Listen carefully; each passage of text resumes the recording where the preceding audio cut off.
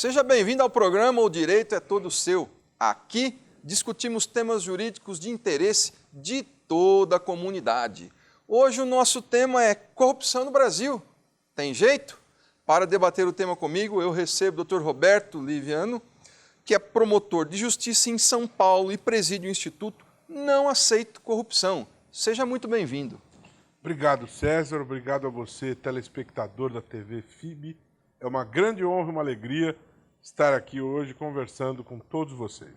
Sem dúvida alguma, a alegria e a honra é toda nossa em recebê-lo nos nossos estúdios aqui. Sem dúvida alguma, o tema corrupção é extremamente palpitante e irá elucidar muitas questões aí palpitantes na cabeça aí do nosso telespectador. E eu já vou começando com um dado aqui. É o seguinte, de 2014 a 2019 nós caímos da posição 69 para a posição 105 em matéria de percepção da corrupção, segundo a Transparência Internacional.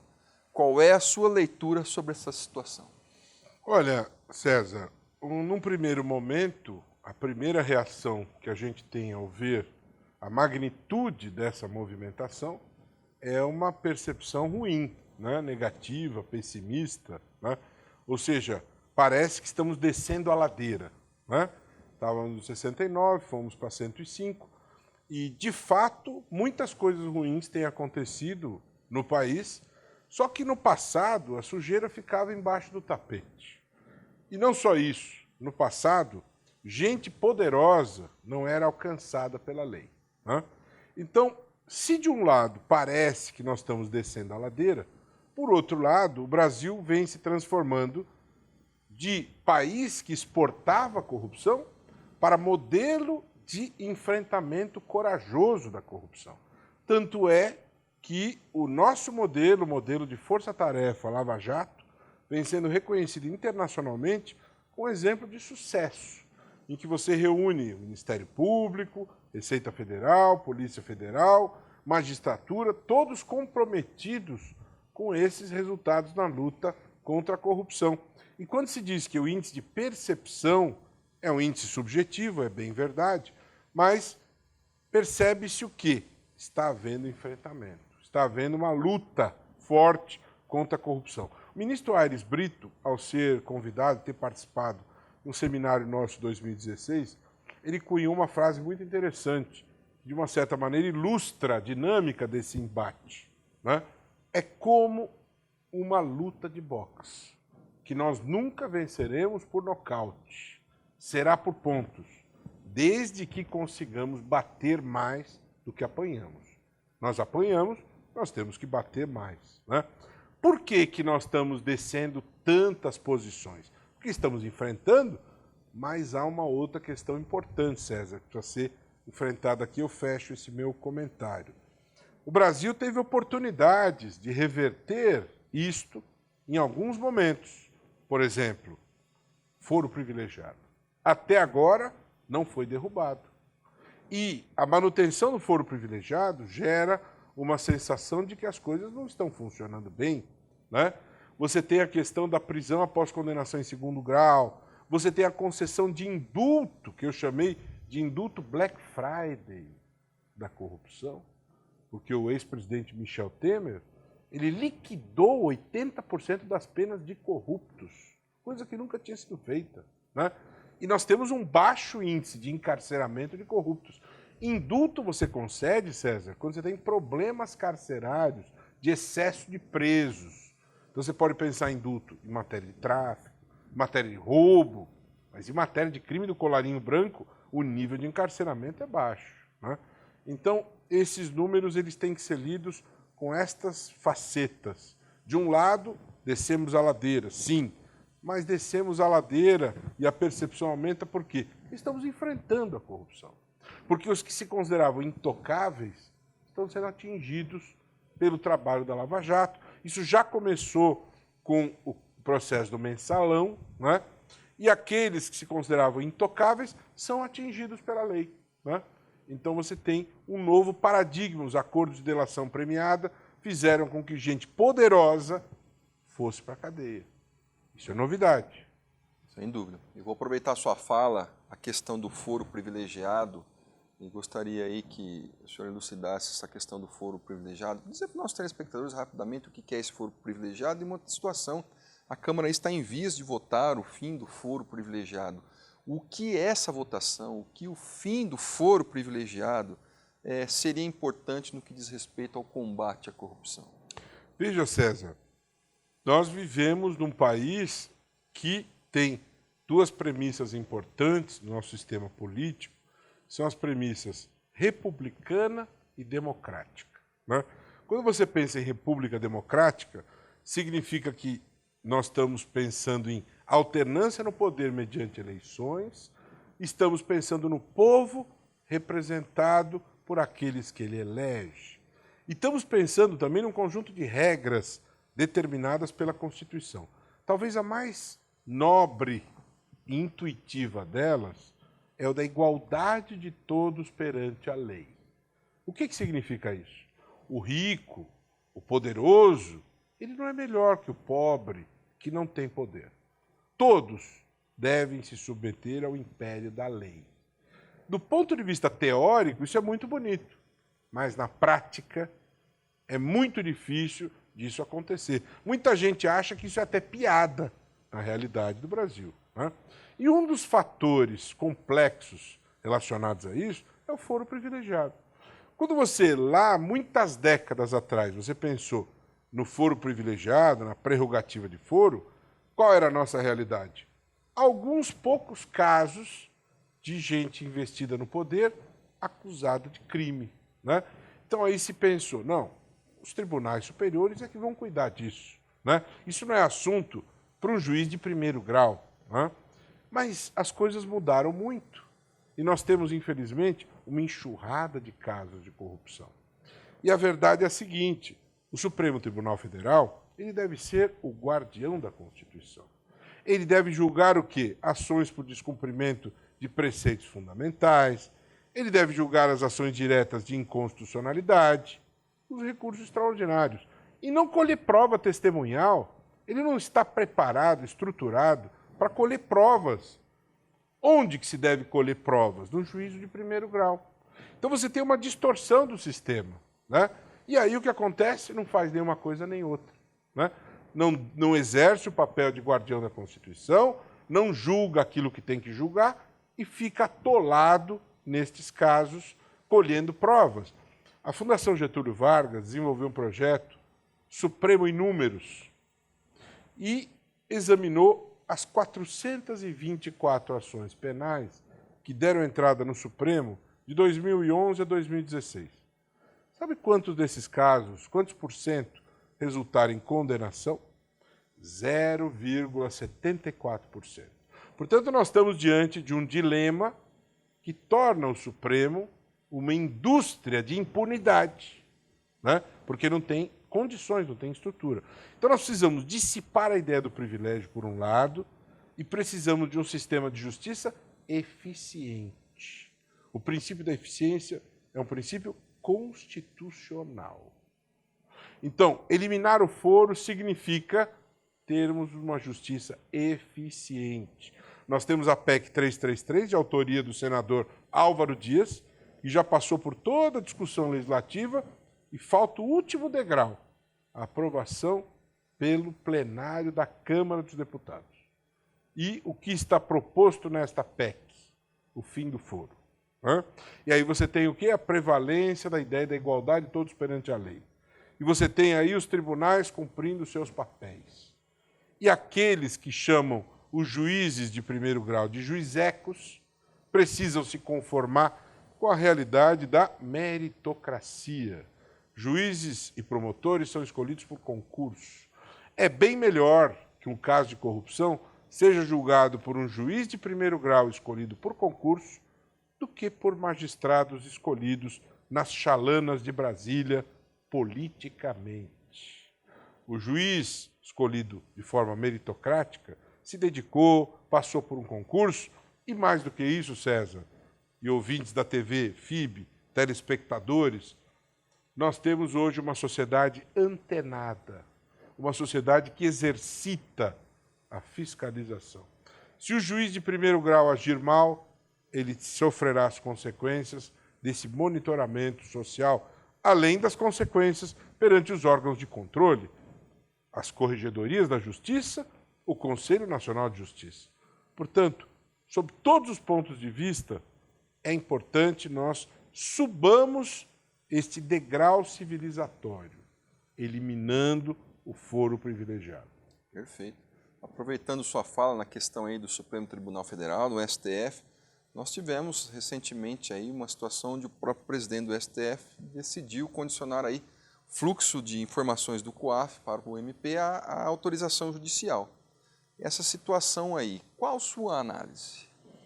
Vem na contramão do que o mundo vem fazendo, né? Nós temos um ponto importante aí no processo histórico anticorrupção, que foi a celebração da Convenção da OCDE em 1997, a chamada Convenção Antipropina, tá? A partir desse momento se consolida no mundo de uma maneira muito sólida o compromisso mundial anticorrupção, o movimento internacional anticorrupção. E isso vai acontecendo com várias nuances. Uma delas é algo que se convencionou no mundo como algo relevantíssimo, que é o controle dos fluxos financeiros. Não é sem motivo que há aquela frase célebre, que até a gente vê em filmes, como aquele filme O Plano Perfeito, um assalto, ele é bolado de maneira cinematográfica e a polícia não percebe como os ladrões entraram, como saíram, mas num determinado momento surge a frase: siga o dinheiro, follow the money, né? Siga o dinheiro significa o quê? Você, ao rastrear o dinheiro, você esclarece lavagem de dinheiro, corrupção, porque o crime acontece num país, mas no aperto de um clique o dinheiro circula pelo mundo, né? Então você tem as consequências do crime se espalhando pelo mundo. Portanto, nós precisamos de cooperação internacional, nós precisamos de monitoramento dessas transações financeiras. E fruto disso, em 1989 foi criado o GAFI, é o Grupo de Análise de Operações Financeiras, aliás, do qual o Brasil faz parte, né? E existem recomendações do GAFI em relação a esse monitoramento. E o órgão brasileiro incumbido deste monitoramento, destas informações, a instituição que tem responsabilidade constitucional para agir, é o COAF, né? O COAF examina esses fluxos e, quando está diante de uma operação suspeita, o que ele faz com o relatório da operação suspeita? Com certeza, ele não manda para a dona Maricota, né, para ela poder estar munida de dados para uma receita de bolo de fubá, né? E também ele não coloca isso numa gaveta folhada a ouro, né? A razão de ser do monitoramento, quando se detecta uma transação suspeita, o Ministério Público, que é o órgão que tem poder de investigação, nos termos da Constituição e do Congresso Nacional, deve ser informado. O que decidiu o presidente do Supremo? Não vai mais ser informado. Tem que ter ordem judicial. E isso significa o quê? Obstrução deste fluxo, né? Essa obstrução é um contrassenso. Eu tenho certeza que o Pleno do Supremo reverá esta decisão, que, aliás, foi tomada pelo ministro em caráter de plantonista, algo desta natureza tão importante, tão complexa. Então, essa decisão é uma batalha perdida, né? Mas nós temos que continuar lutando para reverter, para vencer a guerra. Quando se fala em corrupção, que é o nosso tema do programa de hoje, muito se tem discutido na mídia, televisão, jornais, a mídia em geral. E muito se fala aí da questão da condenação após o julgamento a prisão após o julgamento em segundo grau, que será aí matéria de debate, de discussão, de julgamento pelo STF e tudo mais. Qual a relação desta situação com a questão da corrupção do Brasil? Como o senhor vê essa situação? Relação direta, César. Relação direta. Nós tivemos aí, em 2013, a aprovação da Lei 12.850, que é a lei que disciplina, que regula a colaboração premiada, tá? E a Operação Lava Jato, ela atingiu os resultados que atingiu em razão de vários fatores. E um dos mais importantes é esta regulamentação detalhada da colaboração premiada. Muita gente delatou pessoas poderosas da organização com a expectativa de reduzir as penas, certo? Então, o que acontece? Por que se colabora?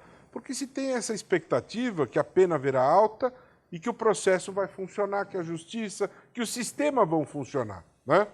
E o mundo todo, eu estou falando do mundo ocidental democrático, prende após sentença ou, no máximo, o recurso, o julgamento do recurso no tribunal. Não tem sentido exigir que se percorram os 4 graus de jurisdição para prender. Fazer isso é estabelecer um pacto macabro de impunidade. É estabelecer o direito à impunidade que não está no nosso ordenamento jurídico. E não é isso que a sociedade quer. A sociedade quer segurança jurídica. A sociedade quer que quem comete o crime seja punido, né?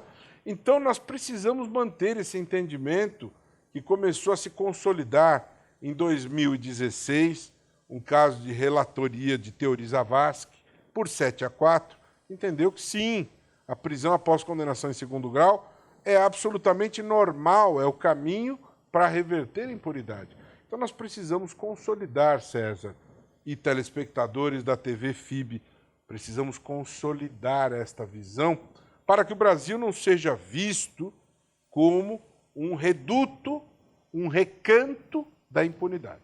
Nós vamos ser vistos como um país sério, que pune o ato criminoso de corrupção, né? Você veja, tivemos um caso célebre, que foi o caso do jornalista Pimenta Neves, né? Pimenta Neves, um importante diretor do jornal Estado de São Paulo, foi acusado de ter matado sua namorada. E ele era réu confesso, né? E eu digo a você, César, eu tenho imensas dificuldades, tive imensas dificuldades em explicar para as pessoas que me perguntavam por que este indivíduo que matou a moça e admitiu que matou não poderia ser levado à prisão, né? Não tem como explicar. Foge à razão, foge ao bom senso, né? 10, 15, 20 anos para levar à prisão, um sujeito que matou, o cadáver está ali, o laudo necroscópico foi feito, a moça morreu em razão dos atos agressivos contra ela cometidos por ele, que confessou ter cometido crime. Como você explica dentro da lógica racional que esse sujeito não pode cumprir a pena, né? Então não tem sentido isso, né? Depois da condenação confirmada pelo tribunal, até porque o que faz o Tribunal de Justiça? Ele examina provas, examina fatos. Os tribunais superiores não podem reexaminar fatos e provas. Isso é vedado. O STJ examina possíveis violações a leis federais. E o Supremo examina possíveis violações à Constituição. Os fatos e as provas já foram examinados. O tribunal não pode ser rota de passagem. Ele é a instância de deliberação final a respeito da valoração dos fatos e das provas, né? Então nós precisamos firmar esse entendimento para que se restabeleça, para que se consolide a crença, o respeito, a credibilidade da justiça. E para que tenha êxito a luta contra a corrupção, né? A relação é direta. Pela sua análise, então, nós poderíamos chegar à conclusão aí, para facilitar o entendimento do nosso telespectador, de que a prisão após condenação em segunda instância e realmente em segundo grau realmente seria um grande avanço no que diz respeito ao combate à corrupção. Sem sombra de dúvida. Essa ideia ela deve valer para os crimes em geral, mas em matéria de corrupção, em que nós temos essa posição tão delicada, como você abriu as perguntas, e veja, só para a gente olhar um pouco a floresta toda, nós temos a 9ª economia do mundo, César. 9ª. No entanto, segundo a Transparência Internacional, de um universo de 180 países, nós estamos na posição 105. Tem algo errado aí. A riqueza é mal distribuída, nós somos um país desigual, os índices de eficiência de educação são baixíssimos. O que isso tem a ver? Qual é a conexão de tudo isso? A corrupção mata. Não é exagero. A corrupção mata. porque o dinheiro não chega ao Sistema Único de Saúde e as pessoas morrem nas macas dos hospitais. Por quê? Por causa da corrupção, por causa do desvio de verba, né? O dinheiro não chega para o sistema educacional público, em que as crianças pobres precisam deste estudo de boa qualidade para poder ter oportunidades na vida. Você tem uma escola ruim e o que acontece? A criança se desinteressa pela escola.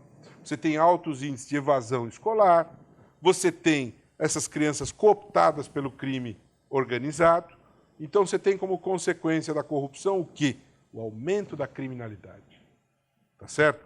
O aumento da evasão escolar, o aumento das mortes.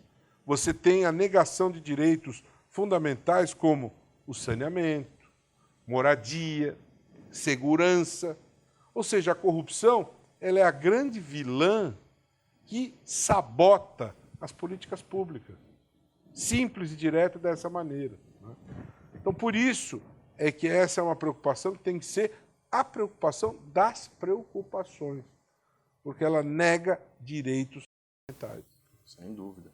Hoje no Brasil, quando nós falamos nessa palavra, é uma palavra pequena, mas que repercute numa imensidão descomunal, corrupção. Quando falamos em corrupção, todas as pessoas ligam esta palavra à Operação Lava Jato. Operação Lava Jato, corrupção. Qual é a sua análise sobre a Operação Lava Jato nesses 5 anos? Qual é o legado da Lava Jato para o nosso país? Antes de responder o núcleo da sua questão, você falou as pessoas ligam, as pessoas pensam. Eu vou dizer a você que, na minha percepção, César, hoje as pessoas estão mais preocupadas com o tema, né? Tanto é que você resolveu pautar esse assunto aqui, né? É um sinal positivo, né?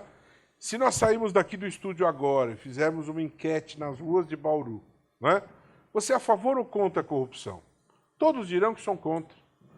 No entanto, se a pergunta for modificada e indagar as pessoas, olha, tem um carguinho aqui na prefeitura de Bauru, 30 mil por mês, mole, não precisa trabalhar, chamado cargo fantasma, né? Nós vamos ter um grande número de pessoas que aceitarão esta situação, que viola o direito à saúde, o direito à educação, à moradia, porque sangra os cofres públicos, né? Se essa mesma pergunta for feita para quem está no topo da escala da transparência internacional, que no caso hoje é a Dinamarca, né? Ou na Nova Zelândia, ou na Suécia, ou na Finlândia, na Noruega, o que será respondido nesses lugares? Não aceitamos o cargo. Aqui se aceita. Então, o que nós podemos concluir? As pessoas são contra a corrupção? São contra a corrupção dos outros, mas aceitam como natural a própria corrupção. Ou seja, quando se beneficiam, elas acham razoável, aceitável, apropriar-se do que é público. A Lava Jato tem feito um trabalho importante, alcançando aqueles intocáveis, responsabilizando-os. De um modo geral, muitas pessoas apoiam o trabalho da Operação Lava Jato. E o legado é importante. Você veja, o patamar de recuperação de dinheiro desviado é da ordem de 1/3, patamar inédito no mundo. E recuperação de dinheiro desviado transmite a sensação de justiça bem distribuída, né?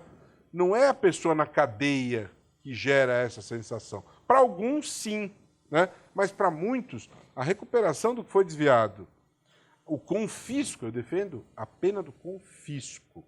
Acho que é algo que a gente deve pensar. O sujeito roubou 1 milhão, ele tem um patrimônio de 10 milhões. Vamos recuperar esse 1 milhão e vamos confiscar os 10, ou metade do patrimônio. O corrupto tem medo da pena patrimonial. E eu vou mais além, César. Eu tenho proposto, tenho debatido isso, visando a preservação dos empregos das empresas em que há práticas corruptas, a aplicação da pena da perda do controle acionário. Isso tem que ser mudado na lei, né? Mas veja, se a cúpula da empresa pratica corrupção, não é justo que os seus 5 mil funcionários sejam penalizados, né? Não é justo que a empresa quebre por conta disso. Então você aliena o controle acionário, bota gente honesta, o dinheiro apurado nesta alienação se reverte para ressarcir os danos produzidos pela corrupção, e você protege a empresa, protege os empregos, protege a economia, protege a sociedade de maneira mais eficiente. Portanto, eu penso, fechando aqui, o balanço dos 5 anos da Lava Jato é um balanço positivo, né? No entanto, você tem todas essas nuances que precisam ser observadas com cuidado para que a gente não faça um juízo precipitado das coisas. Sem dúvida. Realmente o tema corrupção que nós lançamos aqui hoje, corrupção no Brasil, tem jeito, é um tema que nós poderíamos passar aqui não algumas horas, mas creio que alguns dias tratando desses assuntos e todo o correlacionamento que existe em volta da corrupção. Mas infelizmente o nosso tempo chegou ao fim, nós temos rápidos segundos. Eu abro espaço para as suas palavras finais aos nossos telespectadores. 2 coisas, César. A primeira, não existe bala de prata contra a corrupção. Quem disser que tem varinha mágica, pedra filosofal, coisa do gênero, não existe. Corrupção se combate com vontade política, políticas públicas, diminuir as oportunidades, prevenir, educar, atualizar a lei, escolhas de representantes políticos comprometidos. Então não há bala de prata, são várias medidas. Em segundo lugar, quero convidar o telespectador a conhecer o Instituto Não Aceito Corrupção, que eu tenho a honra de presidir. www.nãoaceitocorrupção.org.br ou no Facebook, Instituto Não Aceito Corrupção. Corrupção se combate com inteligência. Junte-se a nós. Vamos participar desta corrente, fazer do Brasil um país mais ético, mais justo. Um grande abraço, uma grande honra participar aqui do Direito é Nosso, não é isso? Isso, o direito é todo seu e nosso. É todo seu e nosso também. Nosso, sem dúvida. Muito obrigado. Nós é que agradecemos aqui as palavras, todos os esclarecimentos. A honra é toda nossa receber aqui o Dr. Roberto Liviano para, na verdade, esclarecer aí as questões que envolvem a corrupção no nosso país. E agradeço a você, nosso telespectador, pela sua atenção de sempre. Muito obrigado e até o próximo.